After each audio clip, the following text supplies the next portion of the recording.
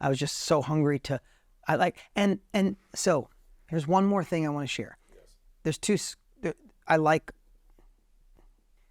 sometimes, the saying, when you're on a plane, put your oxygen mask on first and then put it on the person next to you, right? I want to give everybody permission to give themselves grace and put their oxygen mask on first. Because if you spend the time, effort, and energy digging in, and you get that, all focus on that, you don't have to feel greedy and say, wow, I'm making some money right now. I didn't give enough away this year. It's like, no. I'm going to go so in on this business by the time I'm 45 or 52, I'm going to give away 25% of my income or 20% of my income, but I got to get my oxygen mask on first. Because you might be you got to figure out a new business or figure out a new thing or figure out a new job or figure out a new career. The economy's going up and down. Economy's going up and crazy politics, all this stuff. It's like, get your footing in. And then when you do, you got the opportunity to shift. Yes. And I have to tell you that probably in my 40s, it became a consistent thing. And what I love, we have a couple of causes. Our two youngest kids have some really bad allergies. So it's my wife's passion. We help out a local hospital that is really amazing. And we're building a ward there. And we do help out a lot with Feeding America and a bunch of other. But I also I have a fund that I just leave there for stuff that comes up that I didn't know was coming. Right?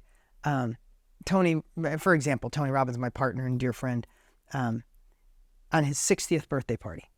Right? They threw a big party for him, and he would not allow a party to happen. Yeah, I was there. Yeah. Oh, you were there. Yeah. He wouldn't allow a party to happen for just him. It had to be about something, right? I had just donated a whole bunch in other areas, and we got to that event. He was like, I needed to donate more. Yeah, I got to that event, and my heart, that's right, you were there. I hugged you when I stood up. Yeah. My heart was so, because it was talking about children and slavery, and I had no idea it was at that depth. I don't know if you knew. I knew. Yeah. You hear of it. I didn't know it was that big. But watching what was happening, and they're like, who's going to donate $5,000? And I'm like, $500,000. I donated $500,000 that night. And I was able to do that. And my wife and I went back. She was pregnant for Luca, who's 4.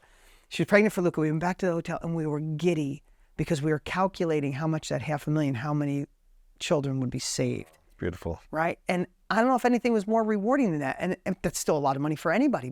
But to be able to do that, and then a month later, I donated another $100,000 because I wanted to save some more kids, right?